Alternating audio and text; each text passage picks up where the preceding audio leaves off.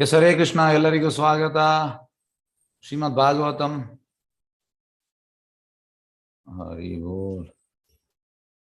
ಶ್ರೀಮದ್ ಭಾಗವತಂ 3ನೇ ಸ್ಕಂದ 20ನೇ ಅಧ್ಯಾಯ ಶ್ಲೋಕ 8. ಸೂತ ಉವಾಚ ಹರೇ ಧೃತ ಕ್ರೋಡತನೋ ಸ್ವಾಮಾಯಯ ನಿಶಮ್ಯ ಗೋ ಉದ್ಧರಣಂ ರಸಾತಲಾತ್ ಲೀಲಾಮಿರಣ್ಯಾಕ್ಷಂ ಅವಜ್ಞಯ ಹತಂ ಸಂಜಾತ ಹರ್ಷ ಮುನಿಂ ಆಹ ಭಾರತ. ಅನುವಾದ ಮತ್ತು ಭಾವಾರ್ಥ ಬೈ ಡಿವೈನ್ ಗ್ರೇಸ್ ಅಭಯ ಚರಣ ಅರವಿಂದ ಭಕ್ತಿ ವೇದಂ ಸ್ವಾಮಿ ಶೀಲ ಪ್ರಭುಪಾದ್ ಕಿ ಜೈ. ಸೂತ ಮುನಿಗಳು ಮುಂದುವರಿಸಿದರು. ಭರತ ವಂಶದ ವಿದುರನು ಭಗವಂತನ ಕಥೆಯನ್ನು ಕೇಳಿ ತುಂಬಾ ಸಂತೋಷಪಟ್ಟನು. ಭಗವಂತನ ದಿವ್ಯ ಶಕ್ತಿಯಿಂದ ವರಹ ರೂಪವನ್ನು ತಾಳಿ ನಿರ್ದಾಕ್ಷಿಣ್ಯವಾಗಿ ಅಸುರ ಹಿರಣಾಕ್ಷನನ್ನು ಕೊಂದು ಸಮುದ್ರದಿಂದ ಭೂಮಿಯನ್ನು ಮೇಲೆತ್ತಿ ತಂದ ಲೀಲೆಯನ್ನು ಹಾಗೆ ನಿರ್ವಹಿಸಿ ತೋರಿಸಿದನು. ಅನಂತರ ವಿದುರನ ಋಷಿಗಳಿಗೆ ಮುಂದಿನಂತೆ ಹೇಳಿದನು.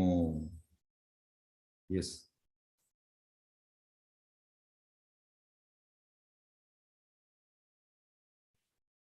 ಓಕೆ.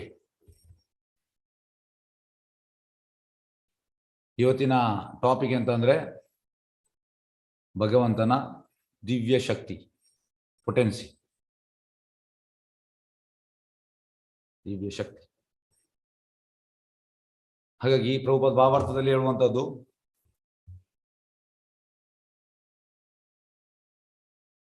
ನಾವು ಹುಟ್ಟಿ ಸಾಯಲಿಕ್ಕೆ ಉಂಟು, ಭಗವಂತ ಹಾಗೆ ಅಲ್ಲ. ಭಗವಂತನ ದೇಹ ದಿವ್ಯ. ದಿವ್ಯ ಅಂದ್ರೆ ಟ್ರಾನ್ಸೆಂಡೆಂಟಲ್. ನಮ್ದು ದೇಹ ದಿವ್ಯ ಅಲ್ಲ. ಬೆಳಿಗ್ಗೆ ಎದ್ದ ಕೂಡಲೇ ಬ್ರಷ್ ಮಾಡದಿದ್ರೆ, ಸ್ನಾನ ಮಾಡದಿದ್ರೆ ಇಟ್ಸ್ ಸ್ಟಿಂಕಿಂಗ್. ನಮ್ಮ ದೇಹ ದುರ್ವಾಸನೆ ಬರುವಂಥದ್ದು. ಭಗವಂತಂದು ಹಾಗೆ ಅಲ್ಲ, ಫ್ರಾಗ್ನೆನ್ಸ್.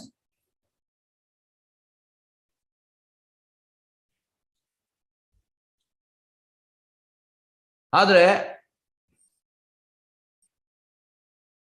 ಭಗವಂತ ಅವನ ಅಬೋರ್ಡ್ ಅಲ್ಲಿ ಕೂಡ ಇದ್ದಾನೆ. ಅವನ ಧಾಮ, ಅಬೋರ್ಡ್ ಅಂದ್ರೆ ಧಾಮ, ಮತ್ತೆ ಎಲ್ಲ ಕಡೆ ಇದ್ದಾನೆ. ಅವನಿಗೆ ಅವನ ಪರ್ಮನೆಂಟ್ ಅಬೋರ್ಡ್ ಉಂಟು, ಧಾಮ.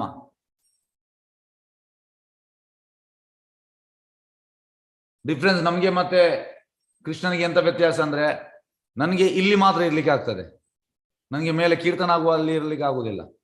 ಟೆಂಪಲ್ ಅಲ್ಲಿ, ಕ್ಲಾಸ್ ಅಲ್ಲಿ ನನಗೆ ಇರ್ಲಿಕ್ಕೆ ಆಗ್ತದೆ. ಅಲ್ಲಿ ಇದ್ರೆ ನನಗೆ ಇಲ್ಲಿ ಇರ್ಲಿಕ್ಕೆ ಆಗುದಿಲ್ಲ.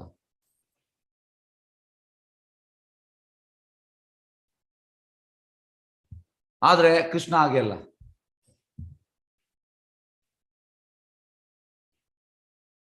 ಗೋಲೋಕ ಏವ ನಿವಸತಿ ಅಖಿಲಾತ್ಮಭೂತೋ.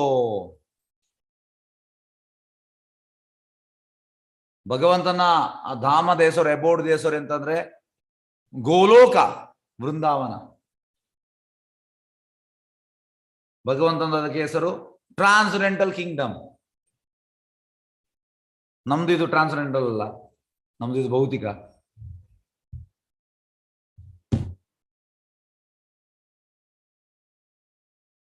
ಈಗ ವೃಂದಾವನಕ್ಕೆ ಭೌಮ ವೃಂದಾವನ ಅಂತ ಹೆಸರು. ಯಾಕೆಂದ್ರೆ ಈ ಭೂಮಿಯಲ್ಲಿ ಬಂದ ಕಾರಣ ಅದಕ್ಕೆ ಭೌಮ ವೃಂದಾವನ.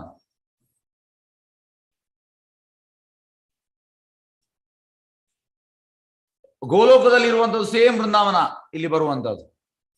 ಭಗವಂತ ಮ್ಯಾನಿಫೆಸ್ಟ್ ಮಾಡ್ತಾನೆ. ಭಗವಂತ ಮ್ಯಾನಿಫೆಸ್ಟ್ ಮಾಡ್ತಾನೆ.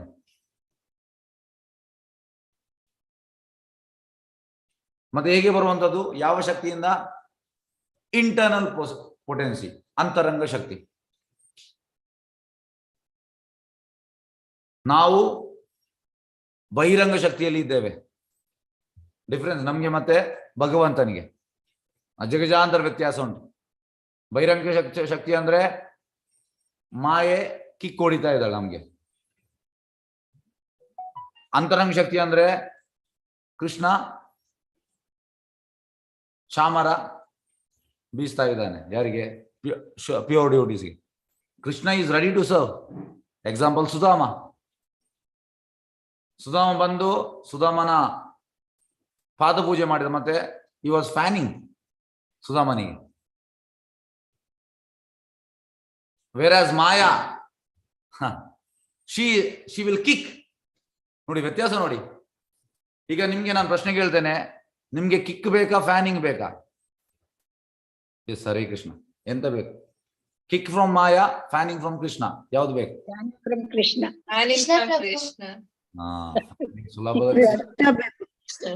ಸುಲಭದಲ್ಲಿ ಸಿಗುವುದಿಲ್ಲ. ಇದು ಫ್ಯಾನಿಂಗ್ ಫ್ರಮ್ ಕೃಷ್ಣ ಸುಧಾಮನಿಗೆ ಸಿಕ್ತು, ನಮಗೆ ಸುಲಭದಲ್ಲಿ ಸಿಗುವುದಿಲ್ಲ. ರೂಪದ ಹೇಳುವಂತದ್ದು ಎಷ್ಟು ಪುಣ್ಯ ಮಾಡಿರ್ಬೇಕು. ಸುಧಾಮ ಮಾಮೂಲಿ ಅಲ್ಲ. he has done so much of ಪುಣ್ಯ. ಪ್ರಭುಪಾದ ಹೇಳುವಂತದ್ದು ತುಂಬಾ ಪುಣ್ಯ ಮಾಡಿದ್ದಾನೆ, ಎಲ್ಲದಂತ ಸಿಗುವುದಿಲ್ಲ. ಆದ್ರೆ ಪ್ರಭುಪಾದ ಹೇಳುವಂತದ್ದು, ವಾಟ್ ವಾಸ್ ಸುಧಾಮಸ್ ಮೆಂಟಾಲಿಟಿ? ಸುಧಾಮನ ಮೆಂಟಾಲಿಟಿ ಹೇಗಿತ್ತು? he was thinking, I am a servant of Krishna. ನೋಡಿ, ಇದು ಮೂಡ್. ಈಗ ಸಪೋಸ್ ನಮ್ಗೆ ಫ್ಯಾನಿಂಗ್ ಮಾಡಿದ್ರೆ ಕೃಷ್ಣ, ನಾವು ಎಸ್ ನಾನೇ ಕೃಷ್ಣ ಅಂತ ಎನಿಸ್ತೇವೆ. ಅದಕ್ಕೆ ನಮ್ಗೆ ಫ್ಯಾನಿಂಗ್ ಮಾಡೋದಿಲ್ಲ.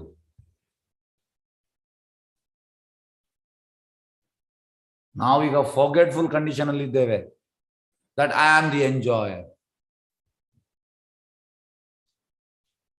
ಇದು ನಮ್ಮ ಸಮಸ್ಯೆ. ಅದಕ್ಕೆ ಭಗವಂತ ನಮಗೆ ಫ್ಯಾನಿಂಗ್ ಮಾಡುವುದಿಲ್ಲ.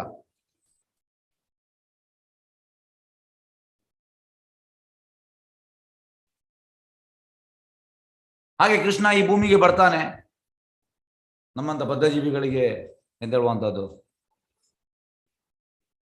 ನಮ್ಮನ್ನು ಉದ್ಧಾರ ಮಾಡ್ಲಿಕ್ಕೋಸ್ಕರ ಬರುವಂಥದ್ದು.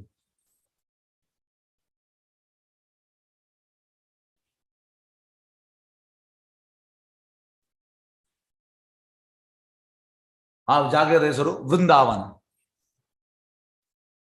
ವೃಂದಾವನ. ಮತ್ತೆ ಕೃಷ್ಣ ಹೇಳುವಂಥದ್ದು, ಯಾರು ನನ್ನ ಧಾಮಕ್ಕೆ ಬರ್ತಾರೆ,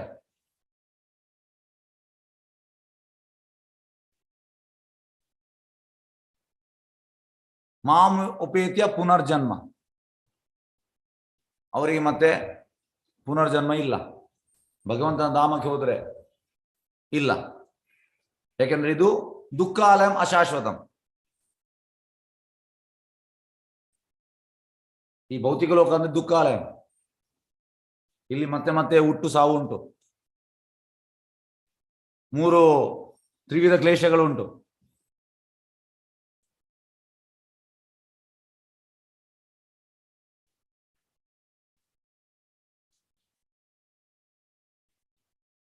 ಮಹಾತ್ಮ ಅಂದ್ರೆ ಅಂತ ಎಸ್ ಯಾರು ಹೇಳ್ತೀರಿ? ಮಹಾತ್ಮರು ಎಂತಂದ್ರೆ ಕೃಷ್ಣನನ್ನು ತಿಳಿದು ಮತ್ತೆ ಅವರು ಈ ಭೂಮಿಗೆ ಬರುವುದಿಲ್ಲ ಅಂತ ಭಗವದ್ಗೀತೆಯಲ್ಲಿ ಕೃಷ್ಣ ಕೂಡ ಹೇಳ್ತಾನೆ, ಪ್ರಭುಪಾದ ಕೂಡ ಹೇಳ್ತಾರೆ. ಎಸ್, ಮಹಾತ್ಮ ಪದದ ಅರ್ಥ ಯಾರು ಹೇಳ್ತೀರಿ? ಎಸ್, ಓಪನ್ ಅನ್ಮ್ಯೂಟ್ ಮಾಡಿದ್ದೇನೆ. ಎಸ್, ಮಹಾತ್ಮ ಅಂದ್ರೆ ಭಗವಂತನ ಸೇವೆಯಲ್ಲೇ ನಿರತರಾಗಿರೋದು ಸದಾ ಕಾಲ ಅಂತ. ಭಗವಂತನ ಅಂತರಂಗ ಶಕ್ತಿಯ ಕೆಳಗಡೆ ಅವರು ಕೆಲಸ ಮಾಡ್ತಾ ಇರ್ತಾರೆ. ಯೋಗಮಯಲ್ಲಿ ರಕ್ಷಣೆ ಪಡೆದಿರ್ತಾರೆ ಅವರು. ಪ್ರಭು ದಿವ್ಯ ಶಕ್ತಿ ಪಡೆದಿರ್ತಾರೆ. ದಿವ್ಯ ಶಕ್ತಿ ಪಡೆದಿರ್ತಾರೆ. ಎಂತ ಶಕ್ತಿ? ದಿವ್ಯ ಶಕ್ತಿ ಇರುತ್ತೆ ಪ್ರಭುಜಿ. ದಿವ್ಯ ಶಕ್ತಿ. ಎಸ್, ಬೇರೆಯವರು. ಎಸ್, ಹರೇ ಕೃಷ್ಣ. ಮಹಾತ್ಮ ಅಂದ್ರೆ ಎಂತ ಪದಾರ್ಥ? ಅವರು ಮಹಾ ಆತ್ಮಗಳು, ಉದಾರ ಮನಸ್ಸಿನವರು. ಅವರು ಭಗವಂತನ ಸೇವೆಯಲ್ಲಿ ಯಾವಾಗಲೂ ಇರ್ತಾರೆ. ಓಕೆ. ಯೋಗಮಾಯ ಶಕ್ತಿಯ ಕೆಳಗಡೆ ಇರ್ತಾರೆ. ಓಕೆ. ಎಸ್, ಬೇರೆಯವರು. ಎಸ್,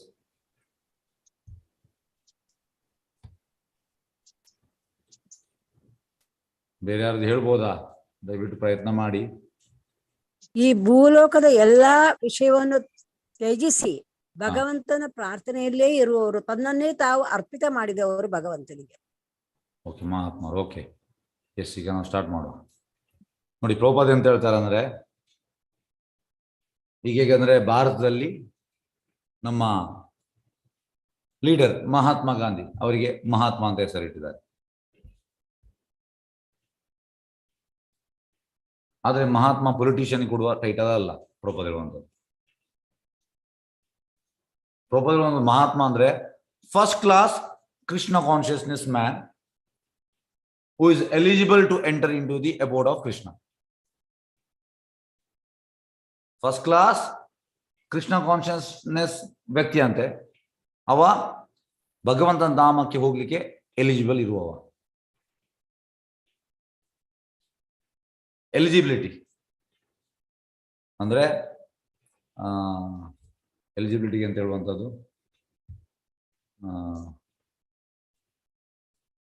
ಎಸ್ ಅರ್ಹತೆ ಅಲ್ಲ, ಅರ್ಹತೆ. ಎಲಿಜಿಬಿಲಿಟಿ ಅಂದ್ರೆ ಅರ್ಹತೆ. ಹಾಗಾಗಿ ಭಗವಂತನ ಧಾಮಕ್ಕೆ ಹೋಗ್ಲಿಕ್ಕೆ ಅರ್ಹತೆ ಇರ್ಬೇಕಂತೆ, ಅವ ಮಹಾತ್ಮ. One is eligible to enter into Krishna's abode. ಹಾಗೆ ಸೋಕಾಲ್ಡ್ ಪೊಲಿಟಿಷಿಯನ್ ಅವರು ಎಲ್ಲ ಅವ್ರು ಎಂಟ್ರಿ ಆಗೋದಿಲ್ಲ ಕೃಷ್ಣನ ಬೋರ್ಡ್.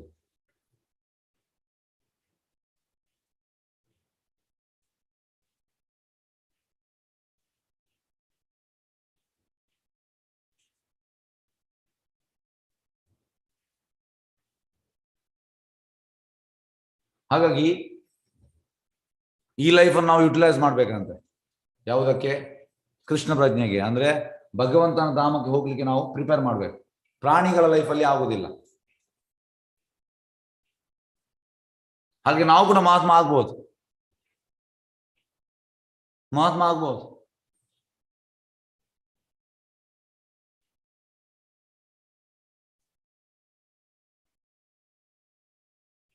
ಹಾಗೆ ಮಹಾತ್ಮ ಆದ್ರೆ ಮತ್ತೆ ನಮ್ಗೆ ಇಲ್ಲಿ ವಾಪಸ್ ಹುಟ್ಟಿ ಇಲ್ಲ,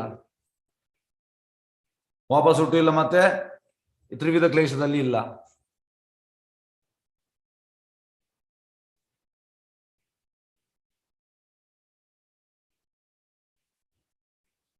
ಆ ಕೃಷ್ಣ ಹೇಳುವಂಥದ್ದು ಈ ಪ್ಲೇಸ್ ಅಲ್ಲಿ ಇದು ಉಂಟೆ, ಜನ್ಮ ಮೃತ್ಯು ಜರ ವ್ಯಾಧಿ ಉಂಟು, ತ್ರಿವಿಧ ಕ್ಲೇಶ ಉಂಟು. ಇದನ್ನು ನೀವು ಅವಾಯ್ಡ್ ಮಾಡ್ಲಿಕ್ಕೆ ಆಗುದಿಲ್ಲ.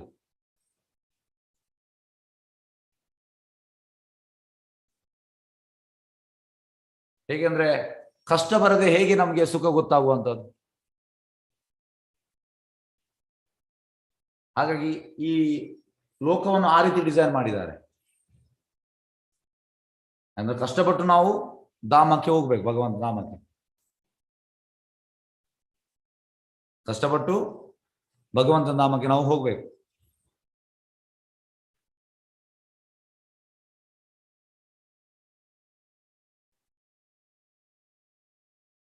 ಹಾಗಾಗಿ ಯಾರಿಗೂ ಕೂಡ ಈ ತಾಪತ್ರಯ ಬೇಡ. ತಾಪತ್ರಯ ಅದು ಕೂಡ ಬರ್ತದೆ.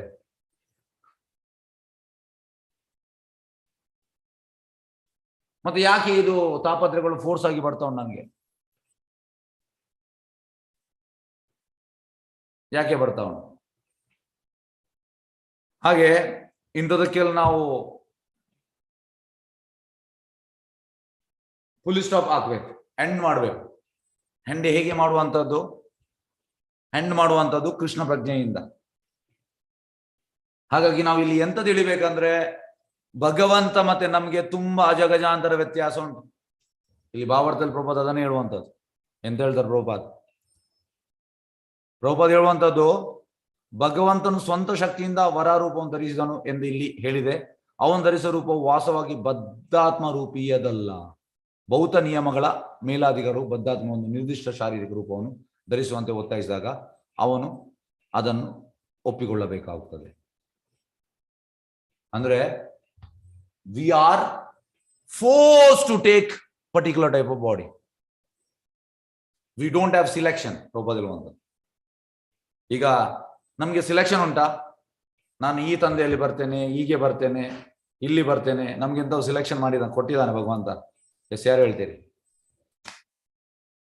ಇಲ್ಲ ಪ್ರಭುಜಿ. ಭಗವಂತನಿಗೆ ಉಂಟಾ ಸಿಲೆಕ್ಷನ್? ಉಂಟು. ಸ್ವಂತ ಇದರಿಂದ ಬರ್ತಾನೆ, ಸ್ವಂತ ಇಚ್ಛೆಯಿಂದ ಬರ್ತಾನೆ. ಭಗವಂತನಿಗೆ ಸಿಲೆಕ್ಷನ್ ಉಂಟು, ನಮ್ಗೆ ಸಿಲೆಕ್ಷನ್ ಇಲ್ಲ. ಪ್ರಭುಪಾದ ಹೇಳುವಂತದ್ದು, this life human body, human father, human mother. Next life animal father, animal mother. Next life, plant father, plant mother. Next life, insect father, insect mother. Next life, fish father, fish mother. ಯಾವ್ದು ಸಿಗ್ತದೆ ಹೇಳಲಿಕ್ಕೆ ಆಗುದಿಲ್ಲ. ಈ ಲೈಫಲ್ಲಿ ನಾವು ಮಗುವನ್ನು ನನ್ನ ಮಗು, ನನ್ನ ತಂದೆ. ನೆಕ್ಸ್ಟ್ ಲೈಫಲ್ಲಿ ನಾವು ಅದೇ ಮಾಡ್ತೇವೆ, ಬೇರೆ ಪ್ರಾಣಿ ಆಗ್ಬೋದು, ಪಕ್ಷಿ ಆಗ್ಬೋದು, ಮರ ಆಗ್ಬೋದು, ಇರುವೆ ಆಗ್ಬೋದು, ಕಪ್ಪೆ ಆಗ್ಬೋದು, ಹಾವು ಆಗ್ಬೋದು. ಅಲ್ಲಿ ಕೂಡ ನಾವು ಅಷ್ಟೇ ಪ್ರಪೋಸಲ್ ಟೆಂಡೆನ್ಸಿ ಇಸ್ ದೇರ್, ಮುದ್ದು ಮಾಡುವಂತ ಟೆಂಡೆನ್ಸಿ ಇಸ್ ದೇರ್. ಸೇಮ್ ಆಗಿ ಮುದ್ದು ಮಾಡ್ತೇವೆ ನಾವು. ಹಾಗಾಗಿ ನಮ್ಗೆ V don't have selection, we can't select. ನಾವೀಗ ಬಟ್ಟೆ ಅಂಗಡಿಗೆ ಹೋಗ್ತೇವೆ, ಹೆಚ್ಚಿನವ್ರು ಹೆಂಗಸರು ಇದ್ದೀರಿ, ಬಟ್ಟೆ ಅಂಗಡಿಗೆ ನೀವು ಸೀದಾ ಹೋಗಿ ಒಂದನ್ನು ನೋಡಿ ತರ್ತೀರಾ? ಎಸ್, ಹರೇ ಕೃಷ್ಣ. ಬಟ್ಟೆ ಅಂಗಡಿಗೆ ಹೋಗಿ ನೀವು ಸೀದಾ ಹೋಗಿ ಒಂದನ್ನು ನೋಡಿ ಇಮಿಡಿಯೇಟ್ ತರ್ತೀರಾ? 5 ನಿಮಿಷದಲ್ಲಿ ಪರ್ಚೇಸ್ ಮಾಡ್ತೀರಾ? 5 ನಿಮಿಷದಲ್ಲಿ? ಇಲ್ಲ, ಒಂದೂವರೆ ತಾಸು ಅನ್ಕೊಂಡೆ ಟೈಮ್ಗಿಂತ ಜಾಸ್ತಿ ಆಗುತ್ತೆ. ಪಾಸಿಬಲ್ 5 ನಿಮಿಷದಲ್ಲಿ ಪರ್ಚೇಸ್ ಮಾಡ್ತೀರಾ? 5 ನಿಮಿಷದಲ್ಲಿ? ಇಲ್ಲ ಪ್ರಭು. ಎಸ್, ನೋಡಿ, ನಿಮ್ಗೆ 5 ನಿಮಿಷದಲ್ಲಿ ಪರ್ಚೇಸ್ ಮಾಡ್ಲಿಕ್ಕೆ ಆಗುದಿಲ್ಲ, ನೀವು ಅಲ್ಲಿ ಸಿಲೆಕ್ಟ್ ಮಾಡ್ತೀರಿ. ಅದೇ ರೀತಿ ಈ ದೇಹವು ಬಟ್ಟೆ ಇದ್ದಾಗೆ, ಈ ಲೈಫಲ್ಲಿ ಮನುಷ್ಯ ದೇಹ ಸಿಕ್ಕಿದೆ, ನೆಕ್ಸ್ಟ್ ಲೈಫಲ್ಲಿ ಇರುವೆ ದೇಹ ಸಿಗ್ಬೋದು. ಇಲ್ಲದ್ರೆ ಎಂತ ಹೇಳುವಂತಹದ್ದು, ಈ ಬಟರ್ಫ್ಲೈ, ಮೋಸ್ಕಿಟೋ, ಎಂತ ಹೇಳಲಿಕ್ಕೆ ಆಗುದಿಲ್ಲ, ನಮ್ಮ ಕೈಯಲ್ಲಿಲ್ಲ. ಹಾಗಾಗಿ ನಮಗೆ ಸಿಲೆಕ್ಷನ್ ಇಲ್ಲ ಅಂತೆ. ವಿ ಆರ್ ಫೋರ್ಸ್ಡ್, ಪ್ರಭುಪಾದರು ಒಂದು, you are forced to accept certain type of body. ಭಗವಂತ ಹಾಗೆ ಅಲ್ಲ.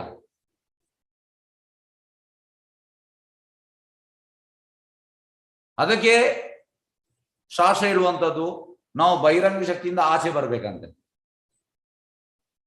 ಬಹಿರಂಗ ಶಕ್ತಿಯಿಂದ ಆಚೆ ಬಂದು ಎಲ್ಲಿಗೆ ಹೋಗ್ಬೇಕು? ಅಂತರಂಗ ಶಕ್ತಿಯ ಒಳಗೆ ಹೋಗ್ಬೇಕು. ಅಂತರಂಗ ಶಕ್ತಿ, ತಟಶಕ್ತಿ, ಬಹಿರಂಗ ಶಕ್ತಿ. ಈಗ ನಾವಿರುವಂತದ್ದು ಬಹಿರಂಗ ಶಕ್ತಿಯಲ್ಲಿ, ಮಾಯೆಯ ಬಲೆಯಲ್ಲಿ ಇದ್ದೇವೆ ನಾವು. ಈಗ ಮೀನುಗಾರರು ಸಮುದ್ರಕ್ಕೆ ಹೋಗ್ತಾರೆ, ಬಲೆ ಹಾಕ್ತಾರೆ, ಅದರಲ್ಲಿ ಮೀನು ಬರ್ತದೆ. ಅದೇ ರೀತಿ ಮಾಯೆಗೆ ಬಲೆ ಹಾಕಿದಾಳೆ, ನಾವು ಅದರ ಒಳಗಿದ್ದೇವೆ. ನಮ್ಗೆ ಇಂಡಿಪೆಂಡೆನ್ಸ್ ಇಲ್ಲ. ಕೆಲವೊಮ್ಮೆ ಅವಳು ಕಿಕ್ ಮಾಡ್ತಾಳೆ, ಸುಮ್ಮನೆ ಇರು ಅಂತ. ಕೆಲವೊಮ್ಮೆ ಅಲ್ಲ, ಜಾಸ್ತಿಯಾಗಿ ಮಾಡ್ತಾ ಇರ್ತಾಳೆ, ನಮಗೆ ಸಿಗ್ತಾ ಇರ್ತದೆ ಅವಳ kick. So we are not independent, we are dependent. We are dependent to, ನಾವು ಮಾಯೆಗೆ ಡಿಪೆಂಡೆಂಟ್. ಹಾಗಾಗಿ ಬುದ್ಧಿವಂತ ವ್ಯಕ್ತಿ ಹೇಗೆ ಈ ಮಾಯೆಯ ಬಲೆಯಿಂದ ಹೊರಗೆ ಬರುವಂಥದ್ದು? ದೈವೀಯೇಶ ಗುಣಮಯಿ ಮಮ್ಮಾಯ ದುರತಯ ಮಾಮೇವ ಪ್ರಪದ್ಯಂತೆ ಮಾಯಾಮೇತಂ ತರಂತಿದೆ. ಈ ಮಾಯೆಯ ಕ್ಲಚಸ್ಸಿಂದ ಬರಲಿಕ್ಕೆ ತುಂಬಾ ಕಷ್ಟ ಅಂತೆ, ತುಂಬಾ ಕಷ್ಟ. ಆದ್ರೆ ಸಾಧ್ಯ. ಹೇಗೆ ಸಾಧ್ಯ? ಎಸ್, ಹೇಗೆ ಸಾಧ್ಯ? ಯಾರು ಹೇಳ್ತೀರಿ? ಮಾಯೆಯ ಬಲೆಯಿಂದ ಹೊರಗೆ ಬರ್ಲಿಕ್ಕೆ ತುಂಬಾ ಕಷ್ಟ ಅಂತೆ, ಆದ್ರೆ ಸಾಧ್ಯ. ಯಾವುದು? ಹೇಗೆ ಸಾಧ್ಯ? ಎಸ್, ಮಲ್ಲಿಕ. ಕೃಷ್ಣನಿಗೆ ಶರಣಾಗೋದ್ರಿಂದ ಸಾಧ್ಯ. ಕೃಷ್ಣನ ಪಾದ ಕಮಲಗಳಿಗೆ ಶರಣಾಗ್ಬೇಕು. ಎಸ್, ಕೃಷ್ಣನ ಪಾದ ಕಮಲಗಳಿಗೆ ಶರಣಾದ್ರೆ ಇಮಿಡಿಯೇಟ್ ಆಗಿ ನಮ್ಗೆ ಹೊರಗೆ ಬರ್ಬೋದು.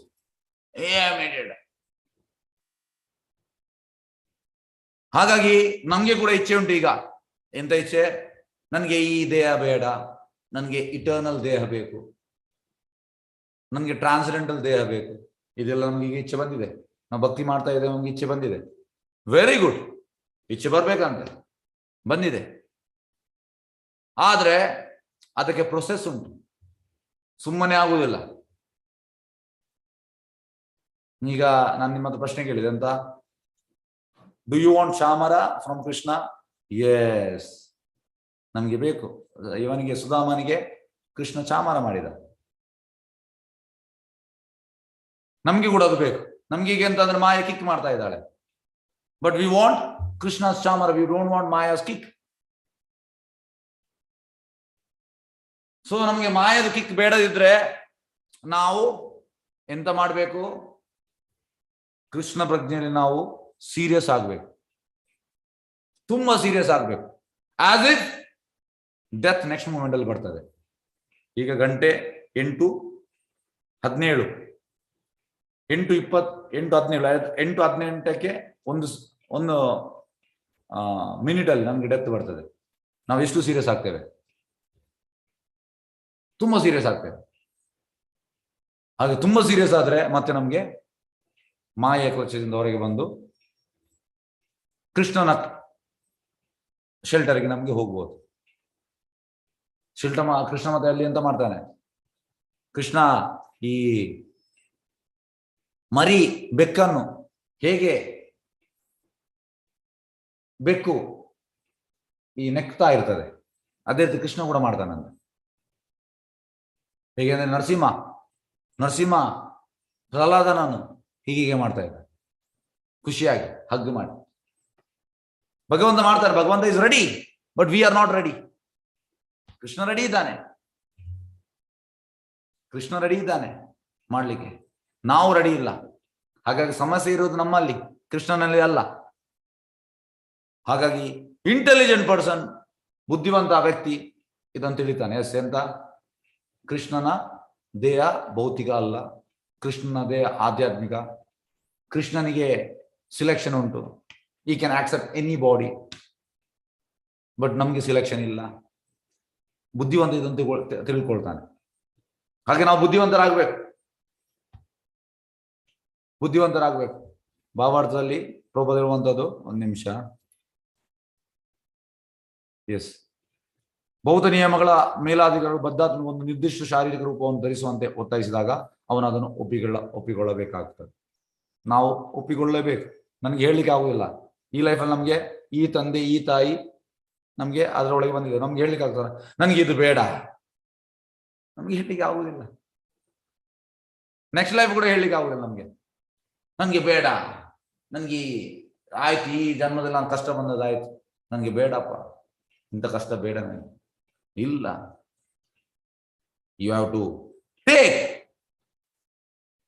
ಹೇಗೆಂದ್ರೆ ಹೇಗೆಂದ್ರೆ ನಾವು ಯಾವಾಗ ತನಕ ಕೃಷ್ಣನ ಮಾತನ್ನು ಕೇಳುವುದಿಲ್ಲ, ನಮ್ಗೆ ಮಾಯೋದಕ್ಕೆ ಇದ್ದೇ ಇರ್ತದೆ.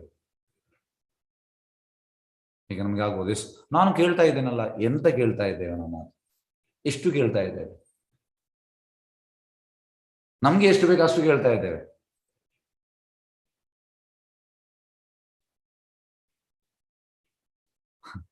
ನಮ್ಗೆ ಎಷ್ಟು ಬೇಕು ಅಷ್ಟು ಕೇಳುವುದಂದ್ರೆ ಫುಲ್ ಕೇಳ್ಬೇಕು.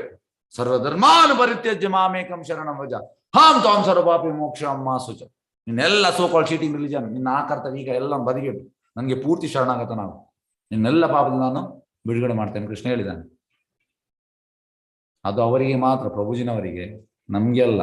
ನಮ್ಗೆ ಇದಲ್ಲಿ ಎಂತ ಉಂಟು ಇದೆಲ್ಲ ನಡೀತಾ ಸ್ವಲ್ಪ ಮಾಡುವ ಈ ರೀತಿ ನಮ್ದು. ಹಾಗಾಗಿ ನಮ್ಗೆ ನೆಕ್ಸ್ಟ್ ಉಂಟು. ಆದ್ರೆ ಇಲ್ಲಿ ಬಹಿರಂಗ ಶಕ್ತಿಯೊಂದು ಭಗವಂತನನ್ನು ವರಾರೂಪವನ್ನು ಧರಿಸು ಎಂದು ಒತ್ತಾಯ ಮಾಡಲಿಲ್ಲವೆಂದು ಹೇಳಿದರು. ನೋಡಿ, ಬಹಿರಂಗ ಶಕ್ತಿ ಅಂದ್ರೆ ಮಹಾಮಾಯೆ, ಪ್ರಕೃತಿ ದೇವಿ, ಅವಳು ಒತ್ತಾಯ ಮಾಡಲಿಲ್ಲ ವರರೂಪ. ಕೃಷ್ಣ ಅವನ ಇಚ್ಛೆಯಿಂದ ಬಂದದ್ದು, ಅವಳು ಎಂತ ಒತ್ತಾಯ ಮಾಡುವಂಥದ್ದು. ಭಗವದ್ಗೀತೆಯಲ್ಲಿ ಈ ಸಂಗತಿ ದೃಢಪಟ್ಟಿದೆ. ಭಗವಂತನು ಈ ಲೋಕದಲ್ಲಿ ಅವತರಿಸಿದಾಗ ಅವನು ತನ್ನ ಅಂತರಂಗ ಶಕ್ತಿಯಿಂದ ಒಂದು ರೂಪವನ್ನು ತಾಳುತ್ತಾನೆ. ಕೃಷ್ಣ ಅಂತರಂಗ ಶಕ್ತಿಯಲ್ಲಿ ಇದ್ದಾನೆ, ಬಹಿರಂಗ ಶಕ್ತಿಯಲ್ಲ. ಅಂತರಂಗ ಶಕ್ತಿ ಅಂದ್ರೆ ಇಂಟರ್ನಲ್ ಪೊಟೆನ್ಸಿ, ರಾಧಾರಾಣಿ. ಬಹಿರಂಗ ಶಕ್ತಿ ಅಂದ್ರೆ ಎಕ್ಸ್ಟರ್ನಲ್ ಪೊಟೆನ್ಸಿ, ದೇವಿ ಮೆಟೀರಿಯಲ್ ವರ್ಲ್ಡ್ಗೆ, ರಾಧಾರಾಣಿ ಸ್ಪಿರಿಚುವಲ್ ವರ್ಲ್ಡ್ಗೆ. ಆ ಕೃಷ್ಣ ಇರುವಂಥದ್ದು ಅಂತರಂಗ ಶಕ್ತಿಯಲ್ಲಿ. ಆದ್ರಿಂದ ಭಗವಂತನ ಧರಿಸುವ ರೂಪವು ಎಂದಿಗೂ ಬಹಿರಂಗ ಶಕ್ತಿಯಾಗಿರಲು ಸಾಧ್ಯವಿಲ್ಲ. ಮೂರ್ಖರು ಇದನ್ನೇ ಹೇಳ್ತಾರೆ, ಮಾಯಾವಾದಿಗಳು. ಕೃಷ್ಣ ಕೂಡ ಬಂದ, ಹುಟ್ಟಿದ, ಸತ್ತ, ಹೋಯದ ಅಂತ. ಬ್ರಹ್ಮನ್ ಪರಮಾತ್ಮನು ರೂಪಧಾರಣೆ ಮಾಡುವಾಗ ಅವನು ತನ್ನ ರೂಪವನ್ನು ಮಾಯೆಯಿಂದ ಸ್ವೀಕರಿಸನೆ ಎಂದು ಮಾಯಾವಾದಿಗಳು ಹೇಳುವುದನ್ನು ಒಪ್ಪಿಕೊಳ್ಳಲಾಗುತ್ತದೆ. ಮಾಯಾವಾದಿಗಳು ಹೇಳ್ತಾರೆ ಕೃಷ್ಣ ಕೂಡ ಒಂದು ಬಂದ, ರೂಪ ತಾಳಿದ, ಮತ್ತೆ ಸತ್ತ, ಹೋದ ಅಂತ. ಏಕೆಂದ್ರೆ ಮಾಯೆಯು ಬದ್ಧಾತ್ಮರಿಂದ ಮೇಲ್ಪಟ್ಟದವಳಾಗಿದ್ದರೂ ಅವಳು ದೇವತಾ ಪರಮಪುರುಷನಿಗೆ ಮೇಲಾಧಿಕಾರಿ ಅಲ್ಲ. ನೋಡಿ, ಅವಳು ಮೇಲಾಧಿಕಾರಿ ಅಲ್ಲ, ಅವಳು ಕೃಷ್ಣನ ಅಂಡರ್ ಇರುವಂಥದ್ದು. ಮಯಾ ದಕ್ಷಿಣ ಪ್ರಕೃತಿ ಸೂಯತೆ ಸಾಚರಾಚರಂ ಹೇತು ನಾನೇನ ಕೌಂತೆಯ ಜಗದ್ವಿ ಪರಿವರ್ತದೆ. ಅವಳು ನನ್ನ ಆದೇಶದಲ್ಲಿ ಕೆಲಸ ಮಾಡುವಂಥದ್ದು. ಅವಳು ಇಂಡಿಪೆಂಡೆಂಟ್ ಅಲ್ಲ, ಅವಳು ಡಿಪೆಂಡೆಂಟ್. ನನಗೆ ಕೃಷ್ಣ ಹೇಳ್ತಾನೆ ಭಗವದ್ಗೀತೆಯಲ್ಲಿ ದೃಢಪಡಿಸುವಂತೆ ಅವಳು ದೇವತಾ ಪರಮಪುರುಷನ ಅಂಕೆಯಲ್ಲಿದ್ದಾಳೆ.